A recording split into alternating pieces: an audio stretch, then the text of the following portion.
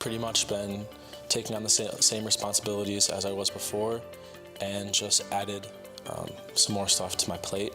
After the controversial post about the shooting of Charlie Kirk was made by former SGA president, see how the student government is rebuilding after this sudden departure. Obviously, Italy, Russia, we're continuing to recruit other players around the world. Small teams in college basketball are looking to turn toward international players to help retention rate. SBU-TV tells you why. Just keeping people informed is really important. Again, just to make sure people know that they're not alone in anything is something we really like to focus on. October is Domestic Violence Awareness Month. See how one local group on campus is taking action and raising awareness. Some scattered showers on Friday, a cool day. Some clouds for the weekend ahead as WKBW Chief Meteorologist Aaron Mentkowski brings you the weekend weather report. SBU-TV starts now.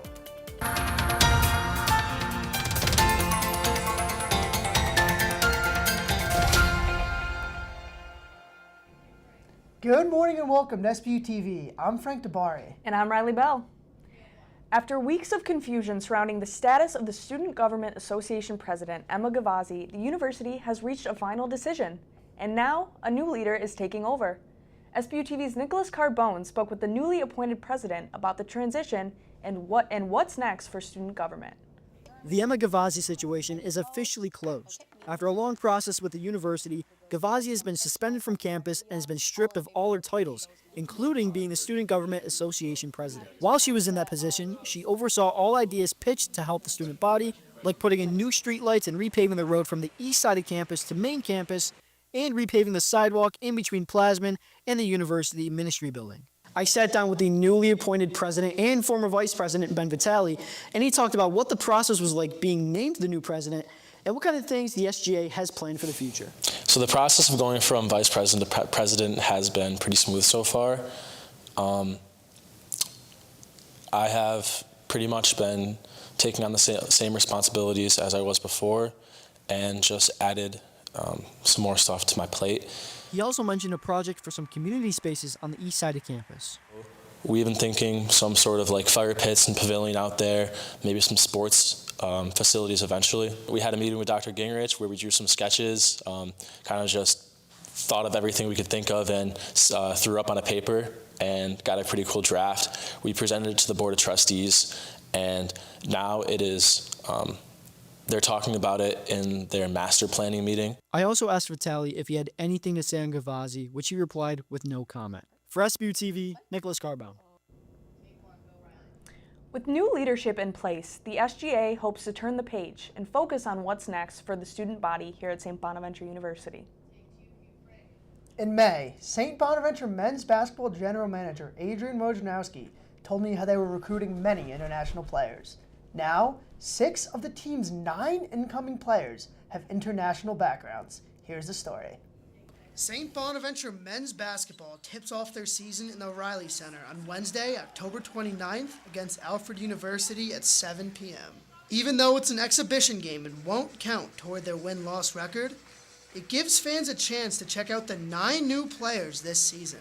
Something exciting about these newcomers is that many of them have international backgrounds. In a May interview with St. Bonaventure men's basketball general manager Adrian Wojnarowski, he touched on recruiting internationally. And that's being in all parts of the world, and we've recruited whether it's Canada, which we're going to continue to be aggressive in, and then obviously Italy, Russia. We're continuing to recruit other players around the world. Now, after lots of recruiting, the team has 6 international players. Transfers Frank Mitchell and Braden Jackson are from Canada, Achille Lanati and Andrew Osasui are from Italy, Ilya Ermakov is from Russia, and John Iktapokin is from Ireland. After Ermakov committed to play here in the O'Reilly Center, head coach Mark Schmidt said playing against tougher and older competition should make him an outstanding player in the Atlantic 10. That's a common path for many international recruits. Atlantic 10 foe Davidson has followed a similar trend with 6 international players of their own on this year's roster, the same amount as last season. The Bonnie season officially kicks off on November 3rd against Bradley in the Field of 68 Showcase, which is when we can really see how this international recruiting pays off. With SBU-TV, I'm Frank Dabari. New, now, next. Hey everyone. Make sure to get your tickets for Wednesday, as the team's yearly exhibition game against Alfred University tips off at 7 p.m. A cool and cloudy weekend ahead. WKBW Chief Meteorologist Aaron Mentkowski brings you the weekend weather. Hey everyone, I'm Chief Meteorologist Aaron Mentkowski with your SBU-TV weather forecast. Some scattered showers on Friday, a cool day with temperatures in the 40s. Saturday, partly to mostly cloudy skies. We're still in the upper 40s. On Sunday, a mix of sun and clouds with high temperatures near 50 degrees. Coming up, a St. Bonaventure student group is taking action to raise awareness about healthy relationships. See how Empower is sparking conversations about safety, consent, and support on campus. We'll be right back to you after this. Some of the positive and toxic traits that can be seen.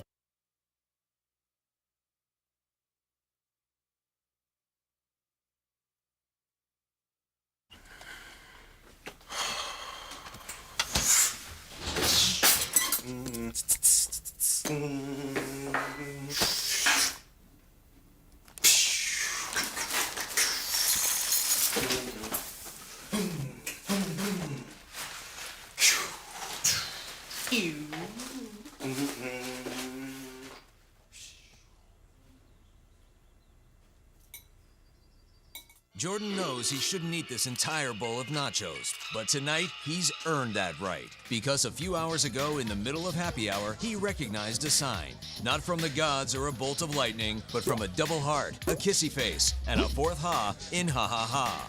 That's when Jordan knew he was buzzed. So when it was time to go, he got a ride home instead of driving. Be a legend like Jordan. Recognize your buzzed warning signs and get a ride home. Buzz driving is drunk driving. October is Domestic Violence Awareness Month, a time to support survivors and spotlight an issue affecting millions across the country. In 2023, there were nearly 400 reported cases of domestic violence in Cattaraugus County, a reminder that this issue was not far from home. Here at St. Bonaventure, one student group is taking action. SBU-TV's Sydney Labieski has the story. Domestic violence can happen anywhere, even on college campuses. According to PBS, 1 in 5 college relationships in the U.S. experience some form of abuse, whether it's physical, emotional, sexual, or digital. At St. Bonaventure University, Empower is raising awareness and teaching students what healthy relationships look like. The group aims to educate and spark conversations about safety, consent, and support on campus. I sat down with Empower member Kylie Leonard outside the Devereaux Pavilion with a cup of coffee to talk about raising awareness and support on campus. What message do you want students to take away from this month as a whole? Both knowing that you aren't alone as a victim or someone experiencing domestic violence or abuse, and then also knowing how to support people who might be going through something like that. What are some ways to be an active bystander? Keeping an eye on friends that might seem a little bit uncomfortable, and sometimes being a buffer, just even going up and being like, hey, like, how are you? And alongside just us, there's also a lot of university-provided resources like Tara Kent-Leonard, the Director of Sexual Violence Prevention and Education, Krista Masco, who is our CCA advocate, and Katie O'Brien, who is currently in charge of Title IX proceedings. So all of them are really great resources. For SBU-TV, I'm Sydney Labieski. New, now, next. Empower's Halloween Horror Stories event uses classic Halloween characters to represent different toxic traits in abusive relationships, like Freddy Krueger symbolizing stalking to help students recognize the real-life monsters of domestic violence. The event will be held next Tuesday, October 28th at the Meteorologist Pavilion at 6 p.m. While some students are working to raise awareness on campus, others are giving back to the community, partnering with the Olean YMCA to host a trunk-or-treat event for local children at the Riley Center. St. Bonaventure and the Olean YMCA are holding their second annual Table or Treat Night at the Riley Center from 7 to 9 p.m. In collaboration with SBU Athletics, over 70 tables will be featured on the floor, passing out candy to local youth ages 12 and under, as well as inflatables, games, and a photo booth. I talked to track athlete Sam Tom, who had went to the table and treat night last year to see what's expected and how the campus can expand from events like these. Yes, I have. I did it last year, my freshman year. All right, tell me a little bit about it. What's it like? So basically it's a pretty cool event we put on where we have all the athletic teams out on the RC fields, and we got our table set up. Each team has a different table, and then we have the kids from Olean come in. We give them candy, trick or treat, have some games. All the kids are dressed up in costumes and stuff, and then some of the athletes are too. So it's all around a fun event. It's very nice. Do you think the campus should do more events like these to connect with local youth? Oh yeah, for sure. I think it's really cool to give back to the community. It's like probably the closest I felt like a connection between the town and like the university. So I think it's definitely a really cool opportunity to get to know the community a little bit.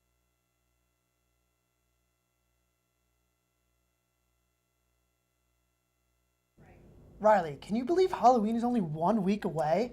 We wanted to find out what makes the holiday so special to people here on campus. SBU-TV's Aaron Tarquinio talked with students about their Halloween favorites. All right, so what's your name? Kyrie.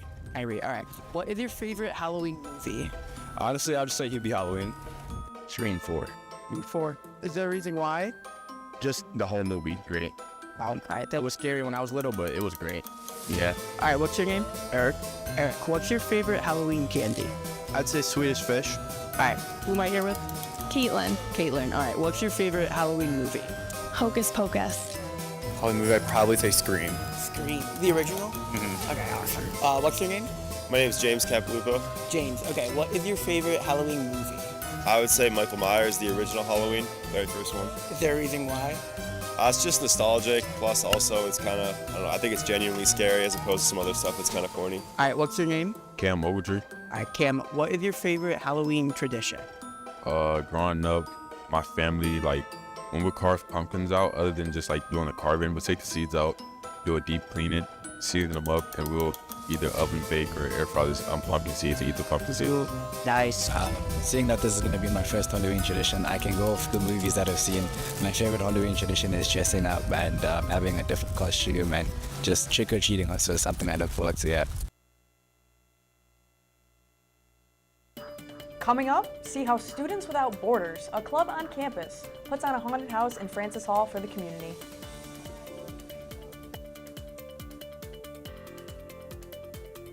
The weather's cold, little traffic. The challenges our planet's animals are facing sometimes feel a bit heavy. The animals haven't eaten in a day, 2 days, they haven't drank anything, they're cold, they're dehydrated. But remember, there's good happening right now. At home. All right, we were able to get into your unit and we have all 4 of your cats, so okay. And around the world for any animal, any disaster. Search ifa.org/disaster ready. I don't remember how it started. Go to that. Our back and forth. It always came back. Dad! You probably don't remember what you told me, That was perfect. but I heard every word.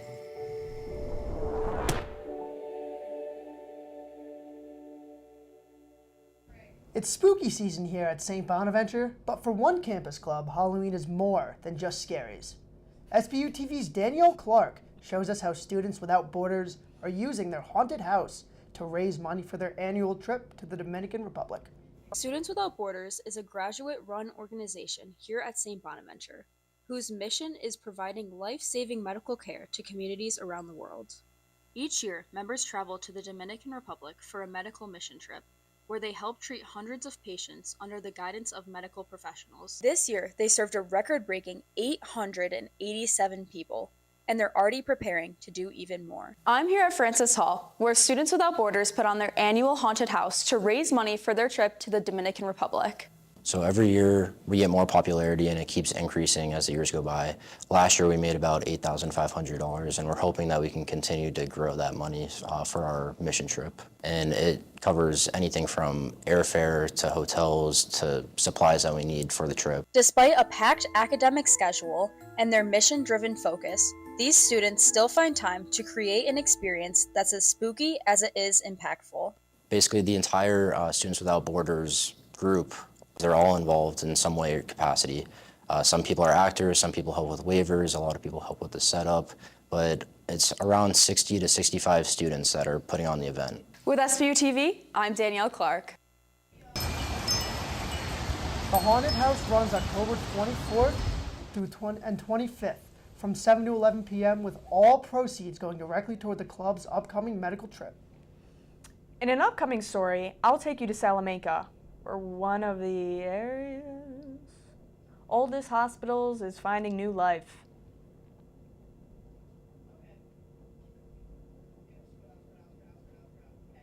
Built in 1900, the Wildwood Sanitarium first opened as a holistic hospital run by doctors John Henderson and Carol Perry. Patients came for mineral baths, massages, and light therapy, a treatment that used sunlight to promote healing long before modern medicine recognized its benefits. When tuberculosis swept through in 1923, the state required its conversion into a tuberculosis sanitarium. Decades later, the building sat vacant and deteriorating until about 2017, when the Wagatha family bought the property, beginning its 9-year-long restoration and counting. Next week, I'll take you inside the Wildwood Sanitarium to see how the family's work helped preserve a piece of Salamanca's history and why the building continues to draw visitors more than a century after it was built. And a cool and cloudy weekend is on the way. WKBW Chief Meteorologist Mentkowski has your full weekend forecast. Hey everyone, I'm Chief Meteorologist Mentkowski with your SBU-TV weather forecast. Some scattered showers on Friday, a cool day with temperatures in the 40s. Saturday, partly to mostly cloudy skies. We're still in the upper 40s. On Sunday, a mix of sun and clouds with high temperatures near 50 degrees. Thanks for choosing us for SBU-TV's first live show in the studio today. I'm Riley Bell. And I'm Frank DeBari. Have a great weekend.